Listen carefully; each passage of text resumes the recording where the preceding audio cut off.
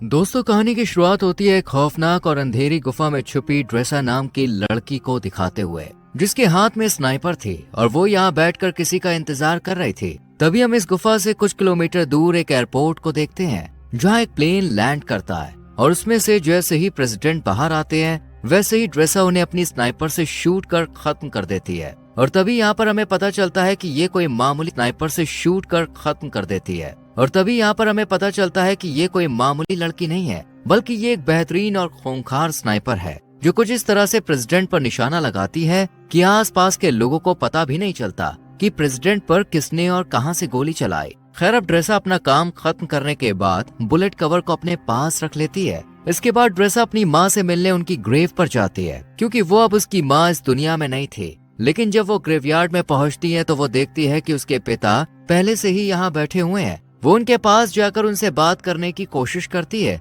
लेकिन तभी ड्रेसा के पिता उसके सामने इस बात का खुलासा करते हैं कि वो अपनी बेटी के बारे में सब कुछ जानते हैं, कि वो एक स्नाइपर है और अभी अभी उसने एक इंसान की जान ली है। इस पर ड्रेसा उन्हें जवाब देते हुए कहती है कि कभी कभी तो मुझे नींद भी नहीं आती है। और इतना कहकर वो अपनी जेब से बुलेट का कवर निकालती है और इसे अपने पिता के हाथ में सौंप देती है। वो इस कवर को भी बाकी के इकट्ठा हुए कवर के साथ रख देते हैं। और यहाँ पर हमें पता चलता है कि ड्रेसा ने पहले भी बहुत सारे लोगों को मौत के घाट उतारा है। अब ड्रेसा के पिता उसे अपने कैंसर के बारे में बताते हैं और कहते हैं कि मेरे पास बहुत कम समय बचा है और मैं केवल कुछ ही दिनों का मेहमान हूँ, लेकिन आने वाले दिनों में अगर मैं नहीं मरा तो इस वैलेंटाइन डे के दिन मैं खुद अपनी जान ले लूंगा। ये सुनते ही ड्रेसा के पैरों तले जमीन खिसक जाती है और वो अपने पिता को ऐसा करने से मना करती है। लेकिन वो अब भी ड्रेसा से यही कहते हैं कि ये हम दोनों की आखिरी मुलाकात है और शायद अब हम ना मिलें। वहीं दूसरी तरफ हम लिवाई नाम के एक आदमी को देखते हैं, जिसे उसके बुरे सपनों ने परेशान कर रखा है। इसलिए लिवाई समुद्र के किनारे बैठकर अक्सर पोयम लिखता है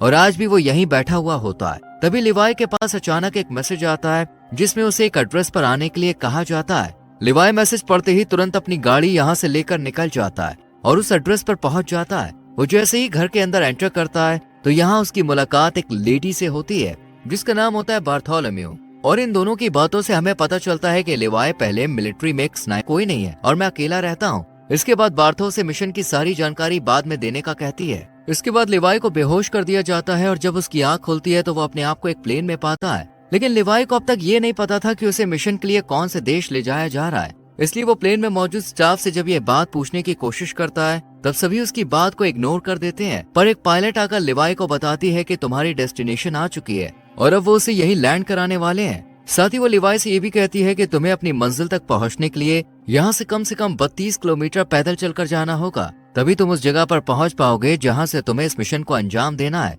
इतना कहने के बाद वो लिवाई को एक पैराशूट देती है, जिसे पहनकर वो प्लेन से नीचे बर्फ पर कूद जाता है और फिर धीरे धीरे आगे बढ़ने लगता है। लिवाई को पैदल चलते चलते अब 2 दिन बीत जाते हैं और 2 दिन बाद आखिरकार वो अपनी मंजिल तक पहुंची जाता है, जहाँ सबसे पहले उसकी मुलाकात जेडी नाम के एक आदमी से होती है, जो उसे एक वॉच टावर की तरफ ले जाता है और उसे बताता है कि अगले 1 साल तक तुम यहीं पर काम करोगे। मैंने भी यहाँ पर 1 साल तक काम किया है, लेकिन अब मेरा टाइम पूरा हो चुका है, इसलिए अब तुम्हें ये काम सौंपा गया है। हालांकि लिवाई को अब भी समझ नहीं आ रहा था कि आखिर उसे क्या काम कर की तरफ ले जाता है और उसे बताता है कि अगले 1 साल तक तुम यहीं पर काम करोगे। मैंने भी यहाँ पर 1 साल तक काम किया है, लेकिन अब मेरा टाइम पूरा हो चुका है, इसलिए अब तुम्हें ये काम सौंपा गया है। हालांकि लिवाई को अब भी समझ नहीं आ रहा था कि आखिर उसे क्या काम करना है। यही सवाल जब वो जेडी से पूछता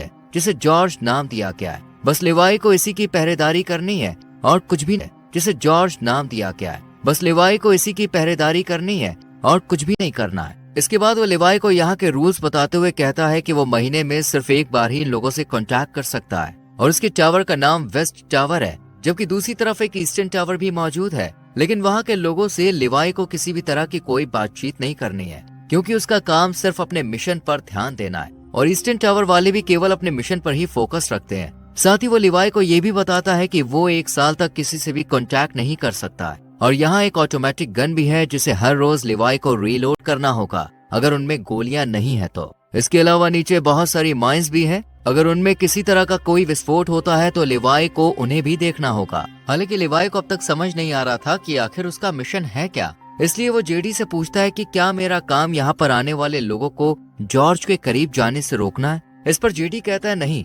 जो चीज जॉर्ज के अंदर है उसे ऊपर आने से रोकना है। फिर वो एक छोटा सा बम उठाता है और उसे खाई यानी जॉर्ज के अंदर फेंक देता है। जैसे ही धमाका होता है, अचानक खाई से एक बहुत ही डरावनी और अजीब सी आवाज सुनाई देती है जो किसी मॉन्स्टर की तरह लग रही थी। और यहाँ पर हमें इस खाई की असलियत का पता चलता है कि इसके अंदर कोई छोटी मोटी या मामूली चीज नहीं है, बल्कि कुछ बेहद ही खौफनाक छुपा हुआ है। इसके बाद जेडी लिवाई से कहता है कि जो चीजें जॉर्ज के अंदर छुपी हुई हैं, उन्हें हैलोवीन कहा जाता है और तुम्हें उन्हें ऊपर आने से किसी भी हाल में रोकना होगा। ऐसा कहा जाता है कि साल 1940 जेडी लिवाई से कहता है कि जो चीजें जॉर्ज के अंदर छुपी हुई हैं, उन्हें हैलोवीन कहा जाता है और वापस नहीं आई। साथ ही वो लिवाई को एक स्ट्रे डॉग अलार्म के बारे में बताता है। जिस दिन वो अलार्म वापस नहीं आई, साथ ही वो लिवाई को एक स्ट्रे डॉग अलार्म के बारे में बताता है। जिस दिन वो अलार्म बजना शुरू हो जाए, उस दिन तुम बिना कुछ सोचे समझे बस यहाँ से अपनी जान बचाकर भाग जाना। हालांकि मुझे भी नहीं पता कि ऐसा क्यों बोला गया है, लेकिन मुझे जो पता है बस वो मैं तुम्हें बता रहा हूँ। इतने में इन दोनों की नजर सामने वाले टावर पर पड़ती है, जहाँ अब किसी नए अफसर को अपॉइंट किया गया था, क्योंकि पुराने अफसर को 1 साल पूरा हो चुका था। अब जेडी लिवाई को खाने पीने के बारे में बताते हुए कहता है कि उसका 1 साल के खाने का इंतजाम यहाँ कर दिया गया है, बाकी अगर वो चाहे तो शिकार भी कर सकता है।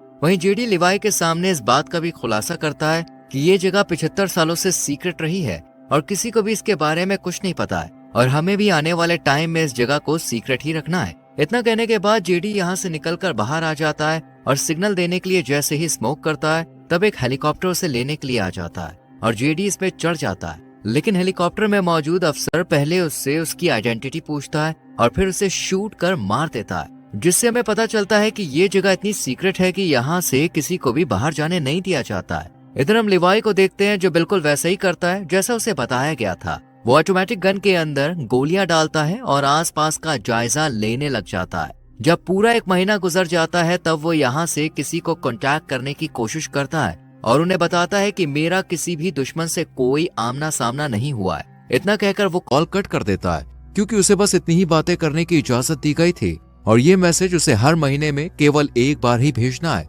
इसके बाद वो अलमारी में रखी किताबें पढ़ने लगता है। वाले इंसानों ने अपने अपने एक्सपीरियंस के हिसाब से लिखे थे। इन्हें पढ़ने के बाद लिवाई बाहर वाले इंसानों ने अपने अपने एक्सपीरियंस के हिसाब से लिखे थे। इन्हें पढ़ने के बाद लिवाई बाहर आ जाता है और एक टेलीस्कोप की मदद से दूसरे टावर को देखने की कोशिश करता है, जहां उसे एक लड़की बैठी हुई दिखाई देती है, जो कि कोई और नहीं बल्कि ड्रेसा ही थी। ड्रेसा की खूबसूरती देखकर लिवाई उसे देखता ही रह जाता है, लेकिन बात करने की कोशिश नहीं करता, क्योंकि उसे दूसरे वॉच टावर से कांटेक्ट करने के लिए मना किया गया था। इसी तरह लिवाई को यहाँ 2 से 3 महीने बीत जाते हैं और अब ड्रेसा भी उसके बारे में जान चुकी थी। इसलिए एक दिन जब उसका बर्थडे होता है, तब वो लिवाई से बात करने का फैसला करती है और एक पेपर पर लिखकर लिवाई से उसका नाम पूछती है। ये देखने के बाद वो भी एक बोर्ड उठाता है और उसके जरिए ड्रेसा को बातचीत करने से मना करता है, लेकिन ड्रेसा फिर भी उसे अपना नाम बता देती है, जिसके बाद लिवाई भी ज्यादा ना सोचते हुए अपना नाम लिख देता है और इस तरह दोनों में दोस्ती हो जाती है।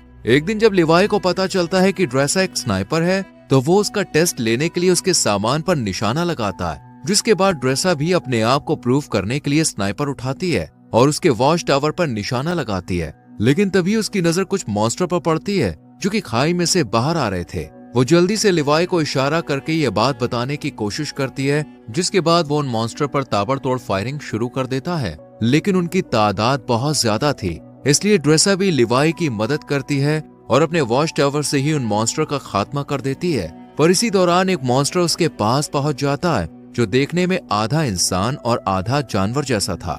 ड्रेसा जब उसे देखती है तो वो अपनी जान बचाने के लिए उस पर गोली चलाने की कोशिश करती है, लेकिन कोई फायदा नहीं होता और वो मॉन्स्टर लगातार ड्रेसा की तरफ बढ़ता रहता है। लेकिन सही वक्त पर लिवाई उसे शूट कर उसकी जान ले लेता है और ड्रेसा को बचा लेता है। इसके बाद अगले दिन लिवाई माइंस के अंदर जाता है, जहां अचानक खाई में से एक छोटा सा ड्रोन निकलता है और उड़कर यहाँ से चला जाता है। लेकिन उसके जाने से पहले लिवाई और ड्रेसा दोनों इसे देख लेते हैं, लेकिन इन्हें पता नहीं होता कि आखिर ये है क्या। इस तरह इन दोनों को यहाँ कुछ महीने और बीत जाते हैं और अब दिसंबर का महीना शुरू हो चुका था, जहाँ एक दिन अब लिवाई ड्रेसा से मिलने का फैसला करता है और वो अपने आरपीजी में जहाँ मिसाइल डाली जाती है उस जगह पर एक रस्सी को बांध देता है। उसे ऐसा करते हुए ड्रेसा भी देख लेती है, लेकिन उसे भी समझ नहीं आता कि आखिर लिवाई करना क्या चाहता है। इतने में लिवाई इस मिसाइल को दूसरी तरफ छोड़ देता है, जो कि एक रस्सी के सहारे बंधी हुई थी, और ये रस्सी ड्रेसा के पास पहुंच जाती है, जिसके बाद वो इसे एक पेड़ से बांध देती है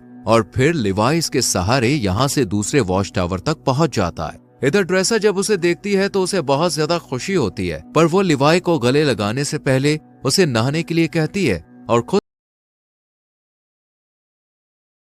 इसके बाद ये दोनों एक दूसरे से बहुत सारी बातें करते हैं और इस दौरान ड्रेसा लिवाई से पूछती है कि तुमने सबसे लंबा शॉट कब मारा था। इस पर लिवाई बताता है कि मैंने 3240 मीटर दूर से एक आदमी को मार गिराया था और पहले मैं मरीन में काम किया करता था। इसके बाद वो ड्रेसा से पूछता है कि आखिर इस जगह में ऐसा क्या है जो इसे इतना सीक्रेट रखा गया है। तब ड्रेसा उसे ज्यादा ना सोचा है कि आखिर इस जगह में ऐसा क्या है जो इसे इतना सीक्रेट रखा गया है। तब ड्रेसा उसे ज्यादा ना सोच जो शायद अब तक मर चुके होंगे। इसके बाद वो म्यूजिक प्ले करती है और लिवाई से डांस करने के लिए कहती है, जिसके बाद ये दोनों साथ में डांस करते हैं। इस दौरान लिवाई ड्रेसा को अपनी कविताओं के बारे में बताने लगता है और उससे कहता है कि मैंने तुम्हारे लिए भी एक पोएम लिखी है। इतना सुनते ही ड्रेसा उसे पोएम सुनाने के लिए कहती है, लेकिन लिवाई उसे ये कहकर मना कर देता है कि जब हम दोनों यहाँ से निकल जाएंगे तब मैं तुम्हें वो पोएम दे दूंगा। अब सुबह होते ही लिवाई यहाँ से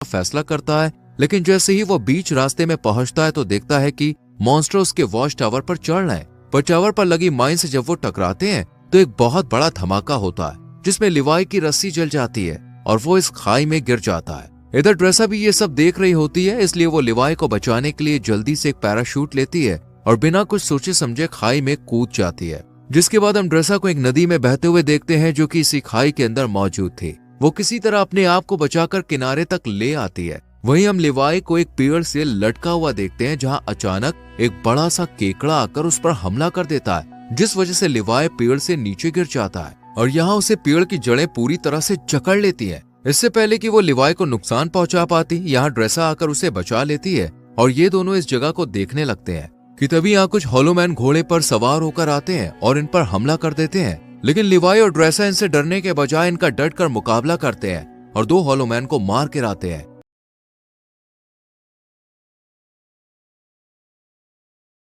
लेकिन एक वहां से भाग जाता है। इधर लिवाई ने जिस हॉलोमैन को मारा था वो अब उसे चेक करने के लिए उसके पास आता है तो देखता है कि इसने वर्दी पहनी हुई है। वर्दी को देखते ही लिवाई को जेडी की बताई हुई बात याद आ जाती है कि आज से सालों पहले 3 बटालियन सेना इस खाई के अंदर गिर गई थी जो कभी वापस नहीं आई, लेकिन ये अब तक जिंदा कैसे है, यही सवाल लिवाई को सोचने पर मजबूर कर देता है। खैर अब ये दोनों आगे बढ़ते हैं और एक ऐसी जगह पर पहुंचे यहाँ किसी वायरस ने अपना आतंक फैलाया हो। अभी लिवाई और ड्रेसा इस खौफनाक मंजर को देख ही रहे थे कि इतने में ही कुछ हॉलोमैन इनकी तरफ आने लगते हैं, जिनसे बचने के लिए ये दोनों एक चर्च में पहुंच जाते हैं। लेकिन चर्च का नजारा बेहद ही डरावना था क्योंकि यहाँ कई लोगों की डेड बॉडी पड़ी हुई थी जिन्होंने वायरस के कहर से बचने के लिए खुद ही अपनी जान ले ली थी। तभी ड्रेसा के ऊपर एक मकड़ी अटैक कर देती है जो कि देखने में काफी बड़ी थी, मानो उसके ऊपर भी जैसे वायरस का असर हो गया था। और वो जैसे ही इन पर हमला करती है ये दोनों मिलकर इसे शूट कर यहीं खत्म कर देते हैं। लेकिन तभी दरवाजा तोड़कर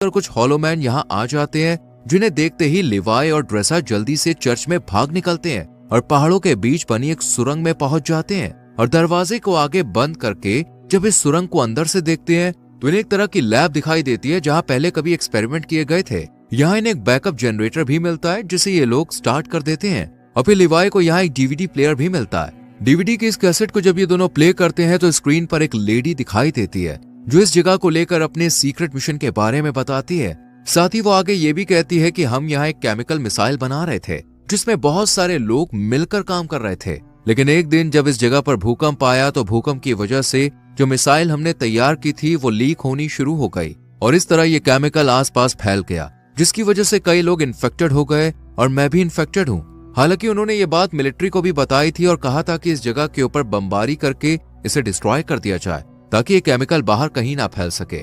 लेकिन मिलिट्री ने इनकी बात पर गौर नहीं किया। इस लेडी की बातें सुनने के बाद अब लिवाई और ड्रेसा को सब कुछ समझ में आ जाता है, इसलिए ये सुरंग को और करीब से का कंप्यूटर मिलता है जो कि काफी अजीब बात थी। इसलिए ये इस कंप्यूटर को ऑन करने का फैसला करते हैं और इसमें मौजूद इंफॉर्मेशन को देखकर एकदम हैरान रह जाते हैं क्योंकि इसमें एक डार्क लैब नाम की कंपनी के बारे में पता चलता है जो कि पैरामिलिट्री बनाने का काम करती है। वो यहाँ से इन्फेक्टेड लोगों के सैंपल ले जाती है और उनसे अपने सोल्जर को सुपर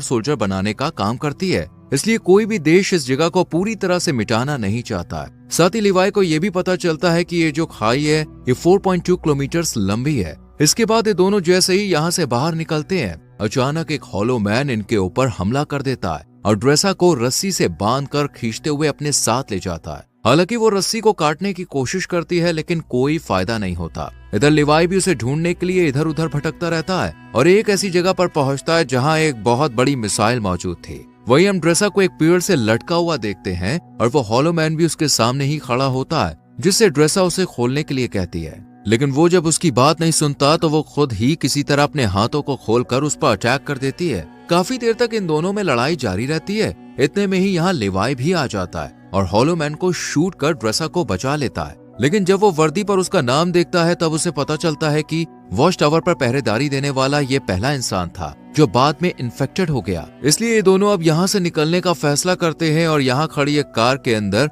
नई बैटरी डालकर उसे एक रस्सी से बांध देते हैं। जैसी कार ऊपर की तरफ जाने लगती है, अचानक यहाँ बहुत सारे हॉलो मैन आ जाते हैं और इन पर हमला कर देते हैं। पर ये दोनों अपनी स्नाइपर से इनमें से कई हॉलो मैन को मौत के घाट उतार देते हैं। लेकिन एक वक्त पर आकर जब इनकी गोलियां खत्म हो जाती हैं, तो ये इनमें आग लगा देते हैं और एक पहाड़ी पर पहुंचकर इस कार को भी नीचे धकेल देते हैं और फिर ये किसी तरह ईस्टर्न टावर तक पहुंच जाते हैं। लेकिन इन्हें इस बात का डर होता है कि इनमें से कोई इन्फेक्टेड ना हो गया। इसलिए लिवाई अगले दिन रस्सी की मदद से अपने वॉच टावर पर पहुंच जाता है, जहां बार्थोस से कांटेक्ट कर पूछती है कि क्या तुम जॉर्ज के अंदर गए थे। इस पर लिवाई मना कर देता है। ये सुनकर बार्थोस से कहती है कि हो सकता है कि दूसरे टावर का कोई अफसर जॉर्ज में गया हो, क्योंकि किसी ने हमारे कंप्यूटर को स्टार्ट किया है, इसलिए अब तुम्हें उसे मारना होगा। हालांकि बार्थो ने पहले ही सीसीटीवी फुटेज में देख लिया था कि ये दोनों जॉर्ज में गए थे, लेकिन वो लिवाई के सामने इस बात का इजहार नहीं करती है, बल्कि खुद ही अगले दिन यहाँ आ जाती है। लेकिन इसके हेलीकॉप्टर को लिवाई और ड्रेसा दोनों देख लेते हैं और इन्हें पता चल जाता है कि ये इन्हें मारने के लिए यहाँ पे आई है, इसलिए ये जल्दी से जंगल की तरफ भाग जाते हैं। लिवाई को पता था कि 4.2 किलोमीटर को पार करने के बाद ये खाई आपस में मिल जाती है और फिर वो ड्रेसा से मिल सकता है और यहाँ अलार्म बजना शुरू हो जाता है, यानी कि यहाँ अगले 2 मिनट में स्ट्रे डॉग मोड ऑन हो जाएगा और ये जगह अपने आप डिस्ट्रॉय हो जाएगी। अब बार्थो भी ये बात अच्छी तरह से जानती थी, इसलिए वो हेलीकॉप्टर लेकर यहाँ से भागने लगती है। इधर ड्रेसा और लिवाई भी भागने लगते हैं, जिसके बाद 2 मिनट पूरे होते ही जॉर्ज के अंदर जो मिसाइल रखी हुई थी वो ब्लास्ट हो जाती है और इस ब्लास्ट की वजह से सभी हॉलो मैन मारे जाते हैं। वहीं बार्थो का हेलीकॉप्टर भी इस धमाके की चपेट में आ जाता है, जिस वजह से वो भी मारी जाती है। इधर लिवाई भी पानी में गिर जाता है, लेकिन ड्रेसा इन सब में बच जाती है और एक जगह बैठकर उसका इंतजार करने लगती है। काफी दिन बीत जाते हैं, लेकिन लिवाई का कोई अता पता नहीं चलता, इसलिए वो उसकी लिखी हुई पोयम खोलकर पढ़ती है और फिर अपनी नई जिंदगी की शुरुआत करती है और एक रेस्टोरेंट में काम करने लगती है। लेकिन तभी अचानक एक दिन वहाँ लिवाई आ जाता है, जिसे देखकर ड्रेसा बहुत खुश होती है और फिर ये दोनों एक दूसरे को किस करते हैं और इसी के साथ ये कहानी यहीं